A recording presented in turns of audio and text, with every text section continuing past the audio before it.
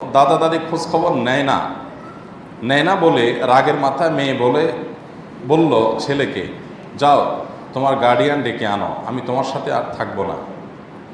2-3 বার বলে থেমে যায়। মেয়ের মাও সামনে ছিল, এতে বিবাহের কোনো ক্ষতি হলো কিনা? ওই যে বললাম তালাকের মাসালা বাহির থেকে দিবেন, আমরা একটা গাইডলাইন দিই, বা তালাকের মাসালা ফতোয়া বিভাগগুলো থেকে যায় নেওয়ার চেষ্টা করবেন। তারপরও এই পুরো ঘটনাকে সামনে রেখে আমরা একটা গাইডলাইন দিতে পারি। সেটা হলো যে, প্রথম কথা হলো যে দাদা দাদি খোঁজখবর নেয় না, সেই জন্য বললো না তোমার সাথে আর থাকবো না। দাম্পত্য জীবনে এই ছোট লোকিটা প্রায় হয় আমাদের দেশে, প্রায় হয়। ছেলের পক্ষ থেকে হয়, মেয়ের পক্ষ থেকে হয়। কীরকম হয় চিত্রটা আমি একটু বোঝানোর চেষ্টা করি। ধরা যাক মেয়ের বাপ ভাই তারা একটু দায়িত্ব জ্ঞানহীন, মেয়ের খোঁজখবর নেয় না, ভাইরা বোনের খোঁজখবর নেয় না, 6 মাসে একবার ফোন করে না, মা বাবা বিয়ে দিয়ে দিচ্ছে, দায় সেরে ফেলছে, এরকম একটা ভাব। আত্মীয় স্বজনের যে সম্পর্ক রাখতে হয়, মেয়ে তো রক্ত, ফার্স্ট ব্লাড, তো সেক্ষেত্রে মেয়ের খোঁজখবর নেওয়া যে কর্তব্য, অনেক বাপ মা বোঝেন না। তো এই চান্সে অনেক পুরুষ আছে যারা স্ত্রীকে এই কথা বলে খোঁটা দেয় যে তোমার বাপ ভাই তোমার খোঁজখবর নেয় না, তারা অমানুষ, তোমাকে বিয়ে দিয়ে তারা বিক্রি করে ফেলছে, হান করছে, তান করছে। এরকম হয় কি হয় না আমাদের সমাজে? প্রায় সংসারে এটা হয়। এই কাজটা খুবই গর্হিত এবং অন্যায় একটা কাজ। কারণ কোনো মেয়ের যদি তার বাপ ভাই, তার ফার্স্ট ব্লাডের লোকেরা যদি তার খোঁজখবর না নেয়, তাহলে সেক্ষেত্রে আপনার কি সমস্যা? আপনার কোথায়? আপনি স্বামী, আপনার অসুবিধাটা কোথায়? তার বাপ মা খবর নেয় না, এটা তো তার ব্যাপার। আপনার তো এখানে কোনো অসুবিধা হওয়ার কথা না। দুঃখ থাকলে তার থাকবে, অভিযোগ থাকলে তার থাকবে, আপনি কেন এটা নিয়ে মাথা কামাচ্ছেন? এটার নাম ছোট লোকই।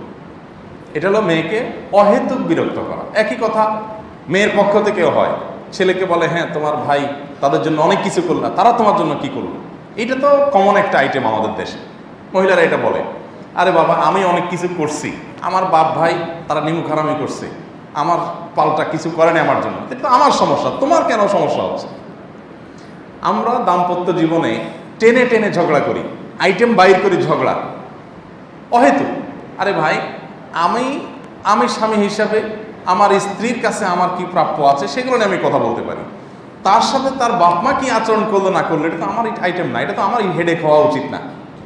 আমাদের দেশে ওই যে যৌতুকের মানসিকতা, তো এই জন্য শ্বশুরবাড়ির কাছ থেকে শুধুমাত্র যৌতুকই আশা করে না, ওই বউয়ের সাথে ভালো আচরণ করলো কিনা হে আশাও করে। এটা কাইন্ড অফ যৌতুক। তা না হলে আমার বাপ মা আমার খোঁজখবর নিল না, আমার ভাই, এটা তোমার মাথা ব্যথা করার দরকার কি? বেশিরভাগ মানুষই এই অহেতুক বিষয় নিয়ে ঝগড়াঝাটি করেন। এগুলো ছোট লোকের রীতিমতো, এগুলো করা উচিত না। বরং আমি তো উল্টা বলবো, একজন মেয়ে মানুষ তার বাবার বাড়ি থেকে খোঁজখবর নেয় না, তার ভাইরা খোঁজখবর নেয় না, বা তার প্রতি অবিচার করে, বা তাকে ইগনোর করে, তাহলে মেয়েটার তো মন খারাপ নিশ্চয়ই, সে তো সুখে নাই, কারণ তার বাপ ভাই তার খবর নিচ্ছে না, তার কাছে তো কষ্ট হচ্ছে। তাহলে স্বামী হিসাবে তো আমার দায়িত্ব হলো এই মেয়েকে সাপোর্ট দেওয়া, যে আরে তুমি কোনো টেনশন করিও না, সব মানুষ একরকম হয় না, হয়তো তারা ব্যস্ত আছে, যাও সবাই একরকম হয় না, হয়তো তারা একটু অসামাজিকই, আলহামদুলিল্লাহ আমি তো আছি, আল্লাহ ভরসা। এটা না হওয়া উচিত। একই কথা মেয়েদের বেলায়, কোনো স্বামী তার বাপ ভাইয়ের জন্য অনেক কিছু করছে, এখন বাপ ভাই তার অবদান স্বীকার করে না, তো স্ত্রীর তো উচিত স্বামীকে সান্ত্বনা দেওয়া, যে বাদ দাও, তারা স্বীকার না করলে কি হয়েছে, আল্লাহ দেখছে না, আল্লাহ তোমার উত্তম বিনিময় দিবে, তুমি টেনশন করিও না, মন খারাপ করিও না। এটা না হওয়া দরকার। হয় কি উল্টা, দেখছো তুমি, তোমার নামে নিষেধ করছি, তোমার বাইরে টাকা দিও না, দেখছো এখন কি হয়েছে আমার কথা না শুনে, দেখছো তোমার কপালে এরকম জায়গায় জায়গায় শুধু জাটার বাড়ি পড়বে, তুমি আমার কথা শুনে দেখছো ধরা খাইছো, কত অমানুষ তোমার ভাই। ভাই আমার ভাই অমানুষ, কষ্ট আমার, তোমার এখানে মাথা ব্যথা কেন? তুমি আমার সাথে তোমার বিষয়ে আলাপ করো, থার্ড পার্টি নিয়ে তুমি আলাপ বাড়াচ্ছ। 99% ফ্যামিলিতে ঝগড়ার যে আইটেমগুলো হয়, বিশেষ করে আমার কাছে অনেকে আসেন স্বামী স্ত্রী উভয়, তো আমি বসে যখন শুনি আমার কাছে তখন মনে হয় যে এরা মনে হয় ঝগড়া করার জন্য আইটেম খোঁজে। তা না হলে কেন এসব বিষয় নিয়ে ঝগড়া হবে? তাদের নিজস্ব বিষয় নিয়ে ম্যাক্সিমাম ফ্যামিলিতে দেখবেন ঝগড়া হয় না। ঝগড়া হয় কি নিয়ে? ছেলেকে বলবে তোমার মা এটা কেন বললো, মেয়েকে বলবে তোমার মা কেন আমাকে এটা করলো না।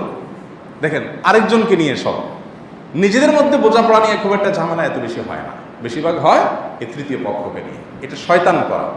এগুলো ভুল এবং অযৌক্তিক এবং অনেক ক্ষেত্রে ছোট লোকই।